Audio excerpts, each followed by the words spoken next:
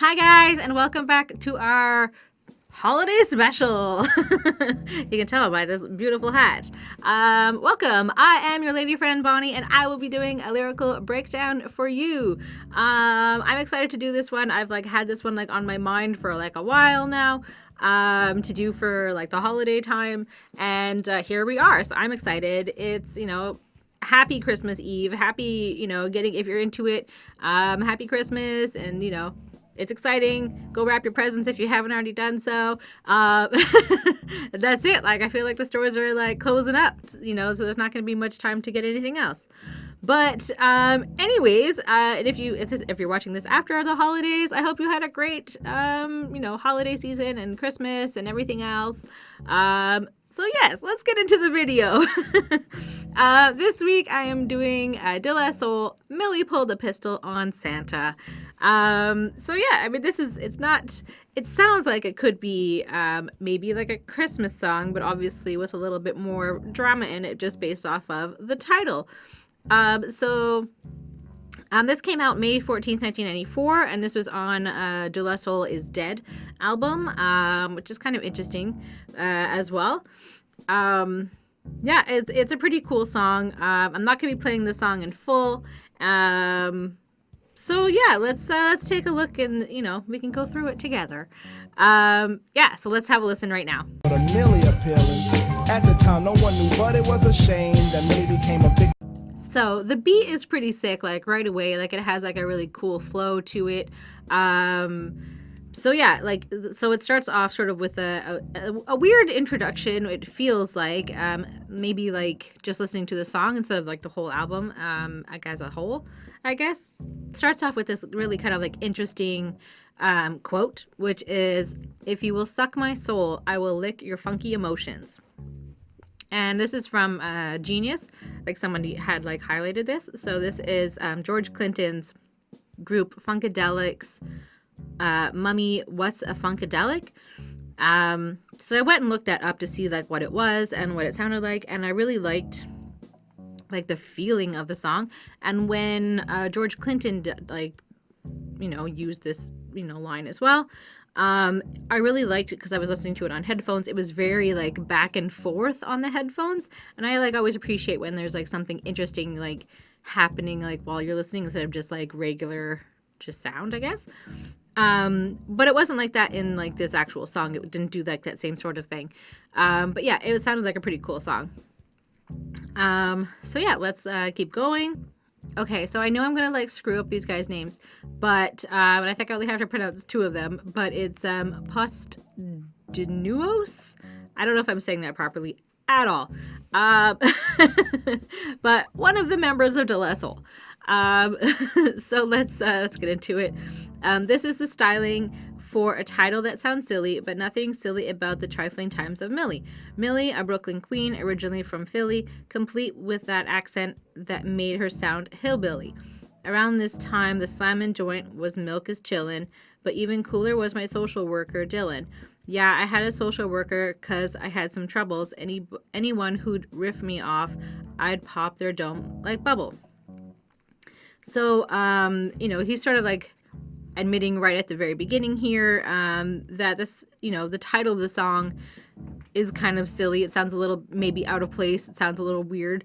But what happens and what's the tale that's about to happen isn't silly. So we know that it's going to be a weird song, and it's not really a Christmas song, but it still sort of is. So yeah. So Millie is basically hot shit. She's pretty popular, and she's in Brooklyn, but she's originally from Philadelphia. And because of this, she sounds different to everybody else, in Brooklyn, which makes sense. So I guess she has some sort of accent. I guess she sounds like a redneck. I don't really think that people in Philadelphia, I don't think of them as rednecks. That's not... I feel I don't know. I don't think of Philly as being a town full of rednecks. Maybe Calgary. But anyways, so then there's also a line from the chorus of Brooklyn rappers. And it's Audio 2's top billing. In other words, Millie takes place in 1987, which again is like a direct quote from somebody who left a note, like a mark on Genius. So it makes sense that this was, taking place in 1987, considering this came out like, early 90s, 1994. So yeah, I mean, it makes sense that this is when this is set. He's kind of telling you about like a past story that, something that he saw or dealt with or whatever. So then I would not have known about that if it had not been for the person on Genius. So and then it feels like a total change of topic when he starts talking about his social worker. Like, you're kind of like, all right, he's just talking about Millie, and then he just kind of like switches subjects. And it's quite abrupt. Like, maybe not the best transition into the story, but it still it makes sense, like, the more you listen to it, like, the rest of the song. But as a breakdown, this is what I'm giving you. It does feel a little bit weird. And he's also saying that he has a social worker. Sorry, not a social worker, a social worker. And his name is Dylan.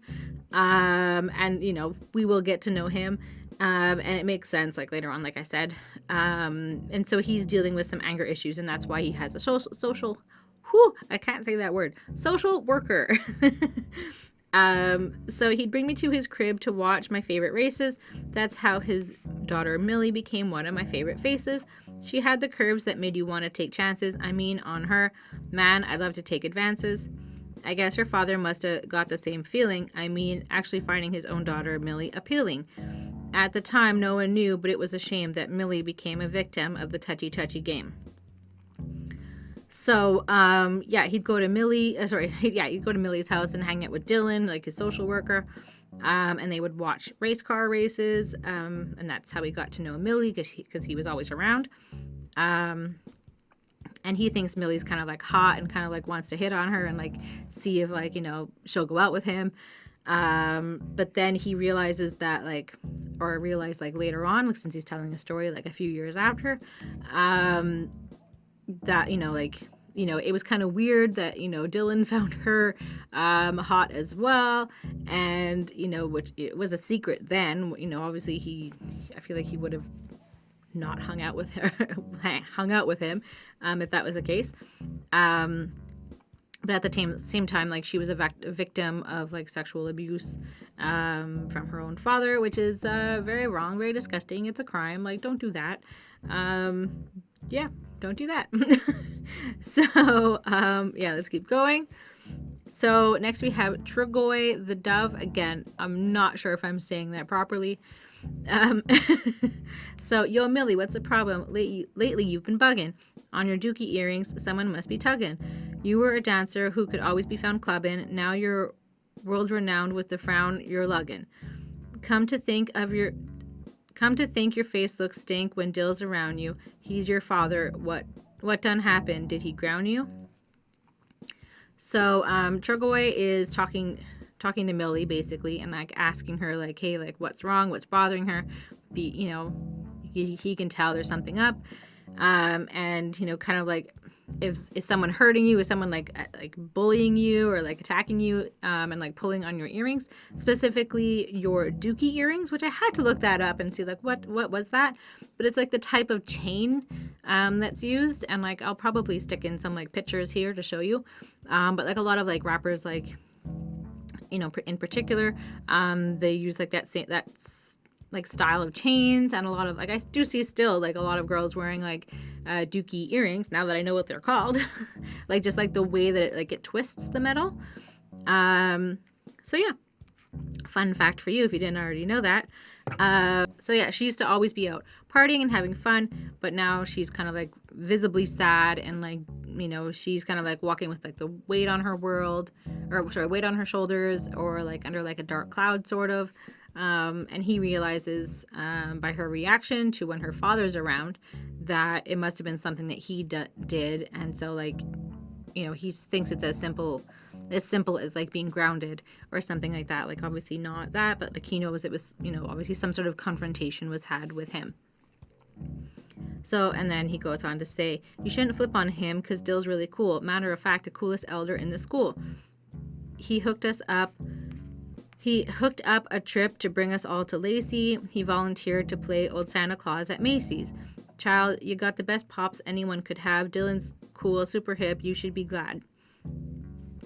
So, like, everybody else obviously sees something different than what Millie sees. And, you know, he's just kind of like babbling on as like guys do. And, you know, kind of like saying like, oh, you should respect him and appreciate him, you know, and he's so great and Dylan's the best and how cool he is. And it's interesting that he has like also a position of power and like a trusting role as a social worker, which makes it, I feel like, even worse. And sounds like he's faking like his true evil self to like the world. He's not being like true to everybody else around him. And he's also like hanging out with like, you know, Santa Claus Macy's. Like if he's like playing that part like at Macy's, like that's a pretty popular destination for, you know, to bring your kids to see Santa. And yeah, like that's another weird trusting position that, you know, you can be in, where you can take advantage of kids. And like it's very like pedophile, I think. He's obviously like, now that you kind of know what's going on, it's a creepy thing, or at least it seems like it is to me. I think maybe I was just overthinking it, but hey. But anyway, he's just going on and on and on about like what a cool dad Dylan is, and that, you know, she shouldn't be complaining, basically. So let's go on to the next verse. Yeah, I'd say that Santa's ways were parallel with Dylan, but when Millie and him got home, he was more of a villain. While she slept in, he crept inside her bedroom, and he would toss her and then force her to give him headroom.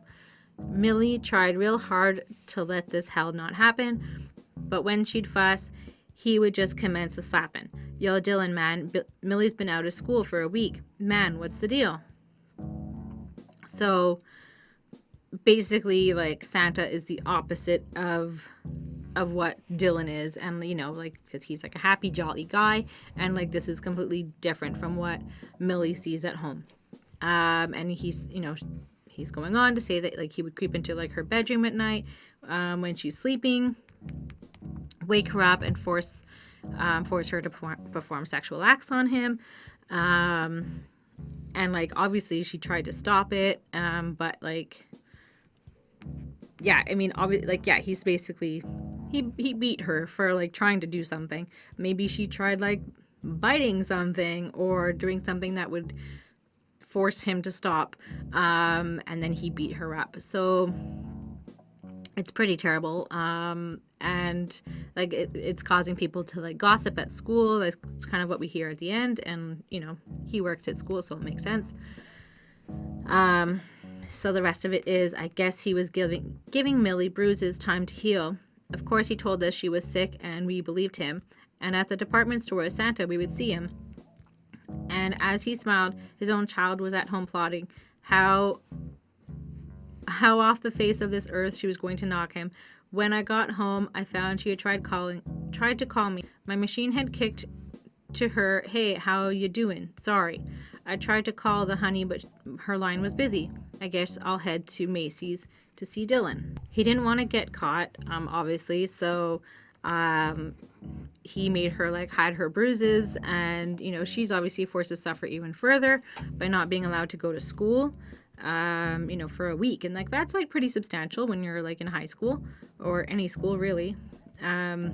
And then people were asking, like I said before, asking Dylan where she was, since, you know, he works at the school again, and, you know, he lied, and people believe him. Obviously, he doesn't seem like a liar, and just said that she was sick. And little did we know that, like, while he was seeing Dylan playing Santa at the mall, his daughter was making a plan to kill him. And when he gets home from the mall, he saw that Millie had tried calling him and left a message, but he missed it, and he tries calling back, and the phone is busy. So, you know, and then he just kind of goes back to the mall again to, like, annoy Dylan, I guess. And I hope he's hanging out with his friends, because it is a little bit weird that he's, like, hanging out with Dylan so much. So I hope that, like, his friends are also at the mall. So then we, you know, go into the next verse. I received a call from Mrs. Sick herself. I asked her how she was recovering her health. She said that what she had to ask would make it seem minute. She wanted to talk serious. I said, go ahead, shoot. She claimed I hit the combo dead upon the missile, wanted to know if I could get a loaded pistol. That wasn't a problem. That ain't a problem, but why would Millie need one? She said she wanted her pops Dylan to heed one. So Trugoy gets a call from Millie, and, because she was sick, he started calling her Miss Sick, which is, like, a common thing that, kids do, I guess. But at least he's nice enough to, like, ask how she's feeling now. And she basically, like, dismisses him and says, like, it's not important to, like, I need to talk to you about something serious. And then, she basically wants to know if he can get her a gun, and he's like, yeah, it's no problem, but, like, why? And then she basically says that she wants to kill her father. Ransom style about him pushing on her privates. Look, honey, I don't care if you kick 5 fits. There's no way that you can prove to me that Dill's flip. He might breathe a blunt, but Eugene's he wouldn't rip. You're just mad. He's your overseer at school. No need to play him out like he's someone cruel. She kicked that. She would just go get it from somewhere else. Yeah, whatever you say. Go for yourself. So, and clearly, like, he's not taking her seriously, and, like, but it's not just some story about, like, being sexually abused. Like, she's clearly, like, angry enough to, like, want to kill someone. So I feel like that's, like, a warranted thing. And yeah, he just doesn't believe that, like, Dylan could do something like that. And, she's obviously mad and, like, upset that, like, he's not taking her seriously.